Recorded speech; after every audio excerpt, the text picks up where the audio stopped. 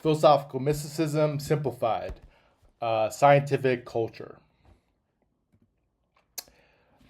All right, so in a previous video, I said that aesthetic culture involves some combination of memory or immediate sense experience and feeling. And that's aesthetic culture, like art and aesthetic culture is going to involve some combination of memory or immediate sense experience and feeling or emotion.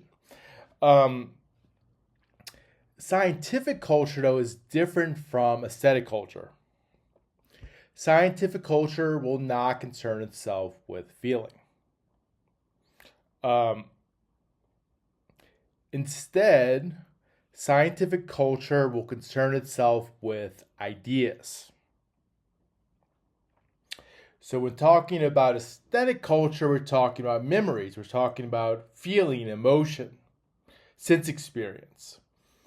Whereas when we're talking about scientific culture, in my view, we're talking about ideas. And that's really the focus of scientific culture. And in many ways, scientific culture, understanding scientific culture is a much simpler undertaking than understanding aesthetic culture. If you're just talking about ideas, scientific culture is also much more stable than aesthetic culture, or at least there's more hope of it reaching an equilibrium. It seems like when we look around, the scientific culture does seem very dynamic and moving really quick, but that's probably just because we happen to live in a particularly disruptive scientific age. It just seems that way because we just happen to live in a very sort of disruptive scientific age. So, I mean, for example, if you look at Aristotle's scientific theories, especially like through the Middle Ages, his theories were accepted and remained unchanged for 1,000 years. So we had a pretty constant, stable culture for, at least in terms of Aristotle's scientific theories, for like 1,000 years. So this sort of the what we see when we look around, this sort of dynamic, quick moving scientific culture, it's a novelty of the current age. It wasn't always like that, or throughout history, it hasn't been like that. Scientific culture tends to be a lot more stable than aesthetic culture. So, what is scientific culture? Well, I take it that scientific culture is very broad. I hold that it need not be limited to theories produced by A or the scientific method. Like, for instance, Aristotle wasn't necessarily using the scientific method. So scientific culture need not be limited to theories or ideas produced by the scientific method. Rather, scientific culture captures any abstract idea that says something about the external world. So we're talking about ideas, in particular, we're talking about abstract ideas that say something about the external world. And that's sort of how I'm going to be looking at or taking scientific culture to be. When there is consensus by most or all people about some world explaining idea or ideas, that is the scientific culture of that age. So the abstract ideas that say something about the external world that most people or all people agree on, that's going to make up the scientific culture of that age. So that's sort of how I'm looking at this idea of scientific culture. The scientific culture of the current age, for most places, just to use some examples, will contain the ideas of plate tectonics, a heliocentric orbit, Darwinian natural selection. These are all part of the scientific culture of the current age. Most developed places hold these to be the sort of prevailing theories. Of course, there's many more theories in this that make up the scientific culture, but these are just some examples. And at least in these examples in particular, none of this was maintained in previous scientific ages.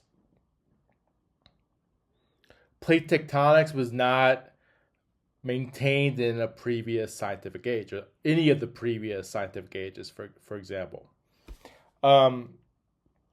So that's what I'm going to take scientific culture in a sort of general sense to be. Abstract ideas that say something about the external world, that have consensus by most or all people. That's going to be the scientific culture. But what about competing scientific culture? Is it possible to have competing scientific cultures? So an issue is that reasonably intelligent people, including scientists, might mix competing frameworks. They might sort of mix and match different frameworks. They might say, yeah, we have a heliocentric orbit, but also accept, intelligent design in terms of evolution instead of Darwinian natural selection.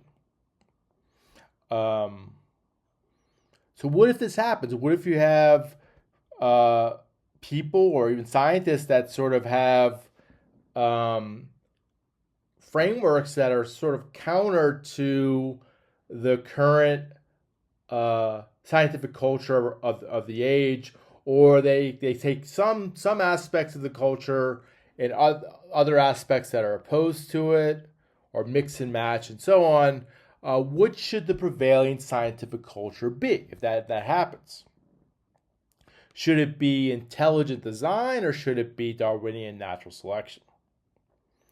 One response is that, sort of to figure out what the scientific culture is that the theories that prevail and make up the scientific culture should be those that are the most staunchly defended. And this is going to create resistance to contradictory theories. So, you could argue for geocentric orbit, the planets and the sun revolving around the Earth. And that was part of a previous scientific culture. For a long time, we had a geocentric orbit as making up a prevailing scientific culture. But now that's not the case. We have a heliocentric orbit. So the way to determine why the heliocentric orbit is the right, or what we currently hold as a scientific culture, is most scientists will defend this. They'll staunchly defend a heliocentric orbit as opposed to like a geocentric orbit. And nearly all scientists, including most people, are going to staunchly defend this view.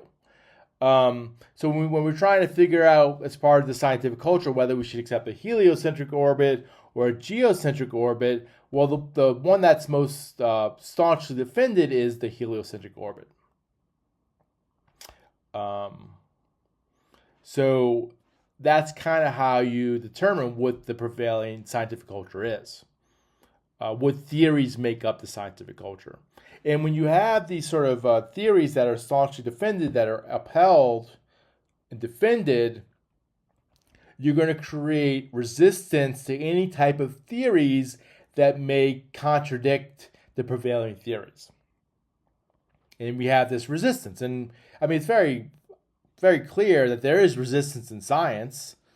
Even in standard, non really controversial science, a new theory that kind of goes against the establishment is going to face some resistance. And that's just the way science is.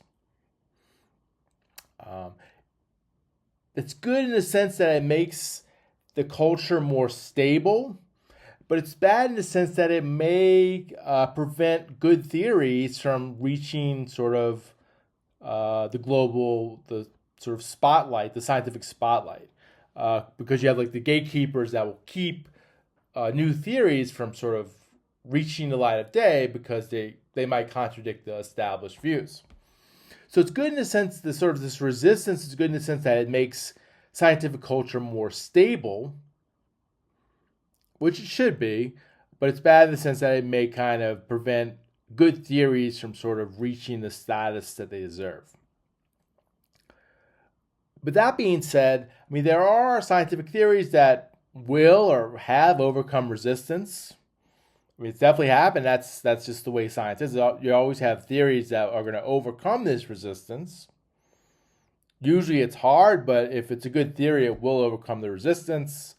And for when this happens, unlike aesthetic culture, where the impetus is like beauty or inspiration, for scientific culture, the impetus for overcoming resistance will be how well the theory or theories fit empirical observation. So that's going to, instead of like, of course, it's not an aesthetic standard, it's not like beauty or inspiration, rather the standard that allows new theories to overcome resistance is the fact it's based on how well the theory fits empirical observation. When the empirical evidence is overwhelming or compelling toward the new theory or theories, it can provide enough momentum to drive a new scientific age. So when you have just the empirical evidence is just overwhelmingly in favor of the new theory, it's going to give it momentum, and it can override resistance, and even in some cases drive a new scientific age. So, for example, moving towards a heliocentric orbit was part of driving a new scientific age that we're currently in. And especially like with the telescope and so on, observation, as the data built up, there was overwhelming evidence that the Earth revolved around the sun. And it was just so compelling that it was able to overcome resistance and even drive a new scientific age that we're currently in. And it's just so staunchly defended that we can't even imagine a competing theory. For some theory other than a heliocentric orbit. I mean, it's possible. Maybe there's some other explanation in terms of how the planets move in the solar system, but it would just be so. I mean, there's just so much empirical support for a heliocentric orbit that it would be very, very hard to overcome this resistance.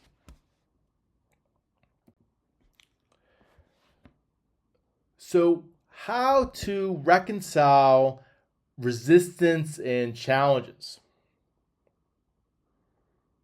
And we have this resistance, and we have the challenges that do pop up. So, for example, there are many Newtonian purists these days. Contra Einstein. Einstein's theories are part of the current scientific culture. And Einstein's theories are staunchly defended. So if you're going to go argue against Einstein, you're going to face a lot of resistance. Of course, Einstein could be wrong, but the empirical evidence as strong over and over again has shown Einstein's theories as holding up. So there's compelling evidence in favor of Einstein's theories. So that would make it part of the current scientific age, the scientific culture. But of course, it wasn't always like that. I mean, Einstein's theories, especially, special relativity, general relativity, had to face a lot of resistance. It was an uphill battle. It wasn't easy. At first, Einstein's theories were they were fringe. They were sort of like kind of like oddities. But as the empirical evidence, the empirical data came in support of Einstein's theories, general relativity, special relativity, as the data came in, the empirical evidence was just so overwhelming that now Einstein's theory prevails over Newtonian physics in certain aspects. So we really don't have too much we don't have too much challenge there. I mean, there are some Newtonian purists, I guess, that would sort of, you know, attack relativity, but not too much these days right now. But there are, for example, a sizable number of anti-Darwinians. So this is something that's sort of under attack. It's challenged. Like intelligent design as opposed to like Darwinian natural selection. So this is a lot less. It is still Darwinian natural selection is still staunchly defended. It has resistance, but there is a lot more challenges against it as compared to, for instance, like Einstein's relativity. So when we look at sort of challenges, the anti-Darwinians, we might ask, are they part of a separate scientific culture? And that's an important question. Are the anti-Darwinians, let's say the intelligent design theorists, are they part of a separate scientific culture? I take it this need not be the case. We don't have to do that. We don't have to like make this sort of move. So the way to avoid having to say there's separate scientific cultures, one way to avoid a cultural schism is to adopt a non-epistemic standard. So one way to sort of avoid this problem of sort of, schisms in the scientific culture and saying there's multiple scientific cultures, because I don't want to say that. I think there's only one scientific culture, at least in modern times. So the way to avoid this schism is to adopt a non-epistemic standard. And interestingly, in philosophical mysticism, false ideas and theories, if consistent, can be instantiated in the mind just as easily as true ones. So, I mean, you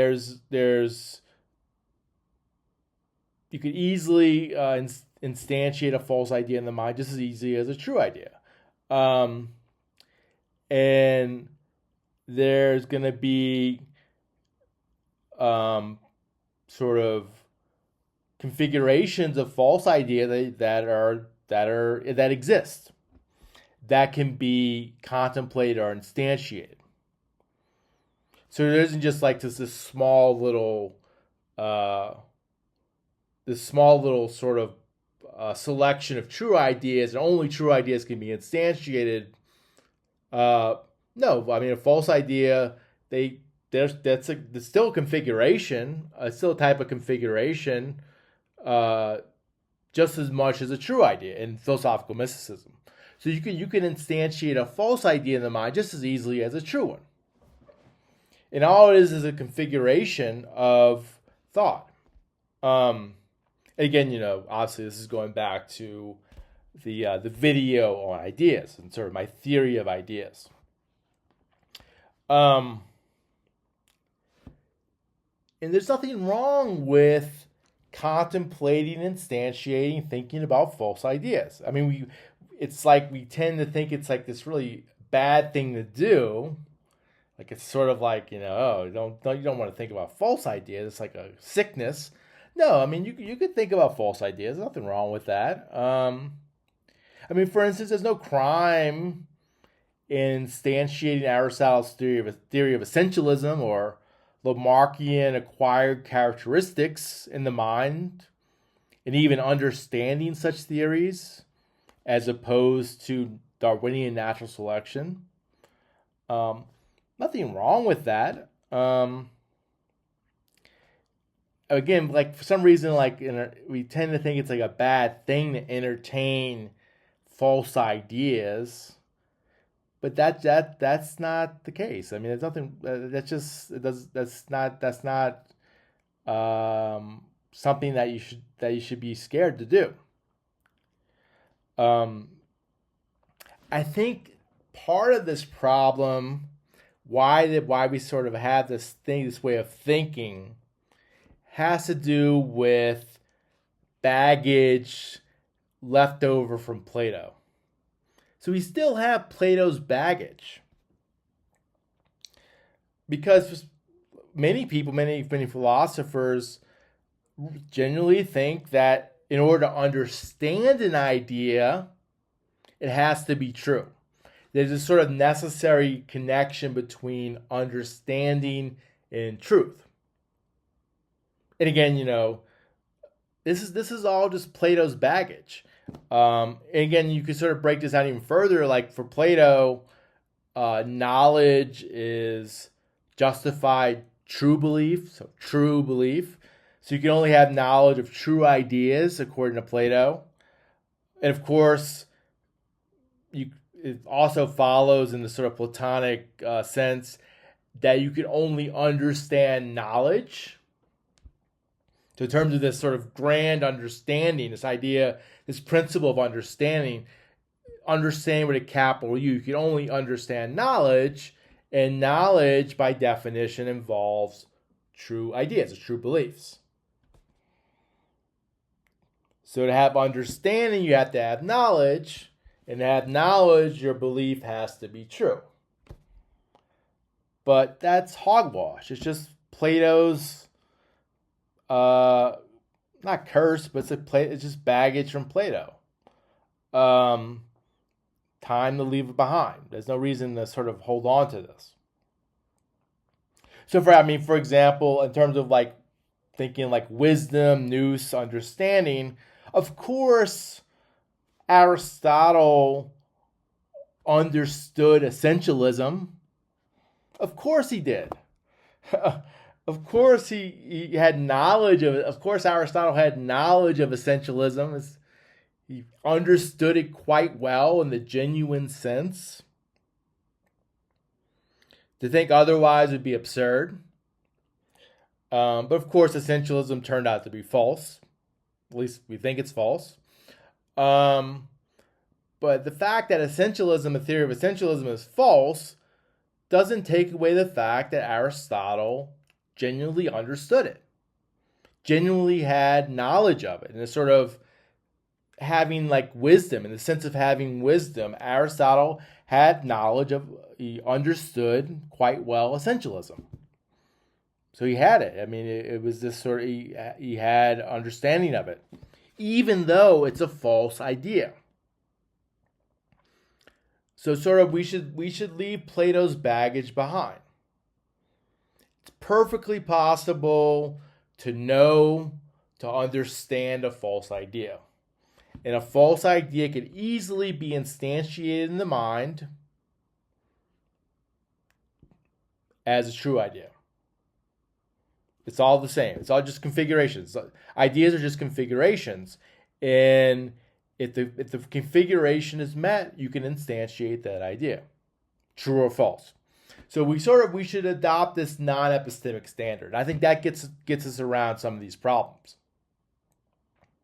And again, let's say you have reservations about thinking about Lamarckian acquired characteristics as explained evolution or essentialism. You don't have to consent to these theories. You could contemplate them. You could instantiate these ideas. You can understand these ideas without consenting to them being true. There's no need to. You don't have to worry about that. And you don't have to consent to true theories either.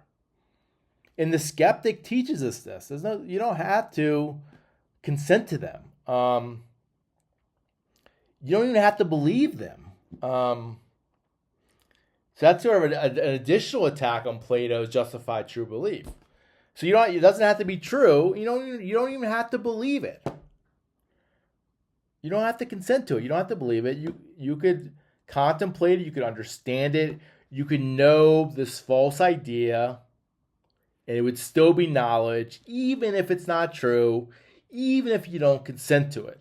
And I think that's an important thing that we need to accept. At least philosophical mysticism is going to accept this. All right. So if we are willing to also include false ideas or currently deemed untrue ideas, maybe down the line, essentialism, Aristotelian essentialism might turn out to be true. Maybe, I don't know. But if we're willing to include false ideas or currently deemed untrue ideas in the scientific culture, we can cover a large number of ideas and theories. And if we make this epistemic adjustment, we can avoid the problems that plague the notion of a unified scientific culture. So as long as people are arguing over what theories are true and what theories are false, there's going to be a schism, and you might have multiple scientific cultures. But if you ignore this sort of distinction between true and false and just look at ideas that could be instantiated and understood in the mind, you could have a unified scientific culture. So we might point to a more general kind of culture, an idea culture, which I would call the collective conscious. And the collective conscious would include all ideas, true or false. Doesn't matter. You could have Lamarckian acquired characteristics. You could have Aristotelian essentialism. You could have Darwinian natural selection. Doesn't matter. The collective conscious will include all ideas, true or false, instantiated by all or most humans, which they are conscious of. So that's going to be what the collective conscious is. So considering that we're still pretty familiar with Lamarck, I mean, it's available. A lot of people know about Lamarck as well as Darwin. Lamarckian acquired characteristics would be, in my view, would be part of the collective conscious. It'd be included, even though it's a false idea, as far as we know. Well, very likely it's a false idea. So even if it's false, it's still included within the collective conscious, the idea culture. And this is where it gets interesting in terms of philosophical mysticism. Because all ideas of the same kind are the same in the mind, so we all have the same idea. When we think about essentialism, we all have the same idea of essentialism. We all have the same idea of Apple or whatever. All ideas of the same kind are the same in the mind. They're all instantiated the same. They all are, when they're instantiated, they're exactly the same for every person doing it, every human instantiating that idea. Because all ideas of the same kind, they're the same in the mind, there will be an identical collection of ideas shared and instantiated at the same time, i.e. by the human species. So take like Darwinian natural selection, we all, in this collective conscious, we all have the exact identical ideas of Darwinian natural selection. At least each component of that theory, each idea that makes up that theory, we all have identical copies of the same idea. So in this way, the collective conscious is shared by all humans capable of instantiating those ideas. And we do it at the same time.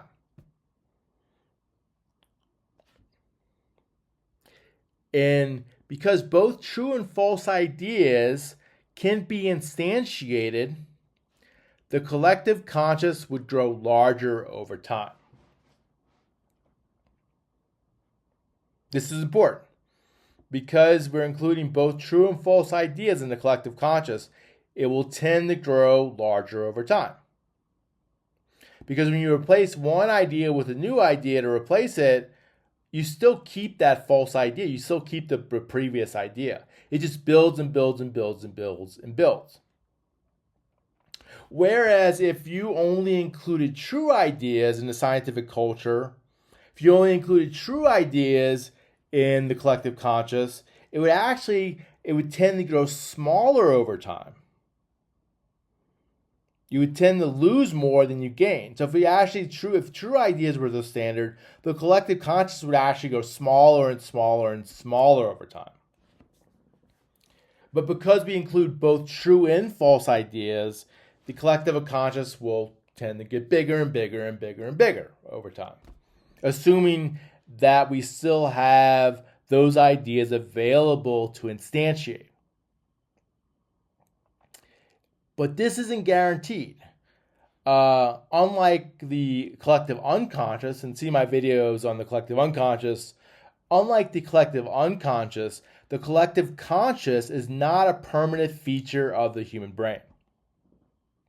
It's not a permanent feature. And the collective conscious is not guaranteed. It's not guaranteed to continue. It's not guaranteed to grow bigger. So, for instance, like if something happened, like a dark age happened, or even like intellectual stagnation for a long period of time, the collective conscious would shrink. It would get smaller. It would deteriorate. It could deteriorate over time and get worse. So it's not guaranteed that it will be maintained. It's not guaranteed that it will grow. It could be reduced or even lost over time. Like a nuclear war happens, we could lose most or all of our knowledge, all of our ideas, true and false. Lamarck, we may no longer even know Lamarck existed, right? Or even Darwin existed in some cases. So it can be lost, can shrink, can be reduced, but as far as right now, the current trajectory is it tends, if we include both true and false ideas, the current trajectory is the collective conscious will grow larger and larger and larger and larger. And that's sort of where we're heading. So in terms of a scientific culture, it's actually quite promising. If we're able to instantiate in the mind, even understand true and false ideas, the scientific culture will grow. And it could change. I mean, you could have new ideas pop up, and we could staunchly defend certain ideas over others. That's perfectly fine in terms of which ones you defend. But the idea culture, the collective consciousness itself, is unified. And it will continue to grow. And that's a good thing. All right, so that's my understanding, in philosophical mysticism, the view on scientific culture, as opposed to like aesthetic culture or culture simpliciter. All right, until next time.